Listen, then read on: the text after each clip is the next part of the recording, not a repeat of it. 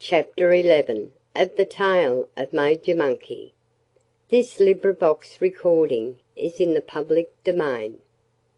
The Tale of Major Monkey by Arthur Scott Bailey.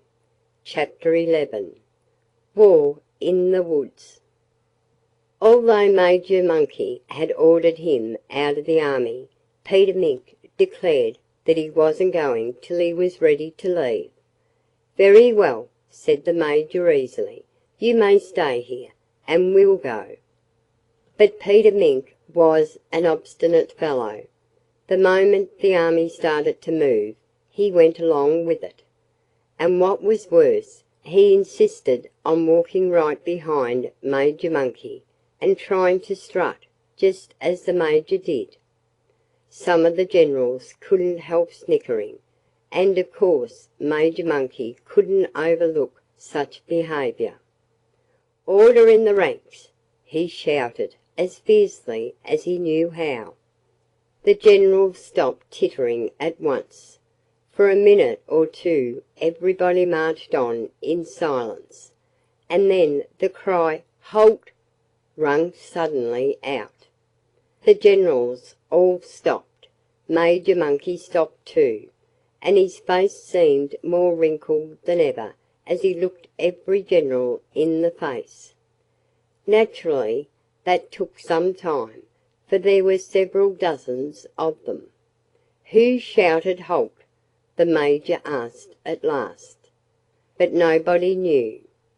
At least, nobody answered. And there was a good deal of low talking and craning of necks. For some reason or other, everybody peered at Peter Mink. But he stared straight ahead in the most innocent fashion. Major Monkey said nothing more, but he walked behind the army and picked up a stick. "Forward march!" he commanded then. And as the army moved on, he continued to walk in the rear, just behind old Mr. Crow. Soon the cry, "Halt!" sounded again. And as soon as he heard it, Major Monkey threw his stick with a great force and caught Peter Mink neatly in the back of his head. Peter Mink toppled over where he stood. "There!" Major Monkey remarked. "He won't bother us any more today." And before the army had stopped gasping, he marched it forward again, leaving Peter Mink stretched upon the ground. Some of the generals objected, and said that they thought that Peter Mink ought to be looked after.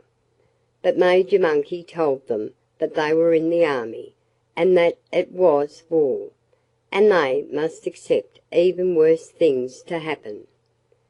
Now Jimmy Rabbit was a tender-hearted chap. He couldn't bear the thought of leaving even a rascal like Peter Mink wounded and alone. "I think you ought to send the cook back to take care of him," Jimmy told Major Monkey.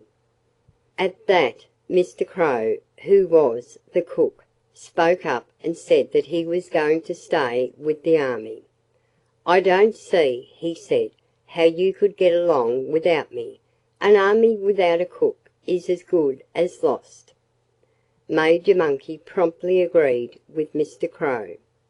"Certainly we mustn't get lost," he said. "If we were lost, the enemy never could find us. And we might wander about in the woods for years and years."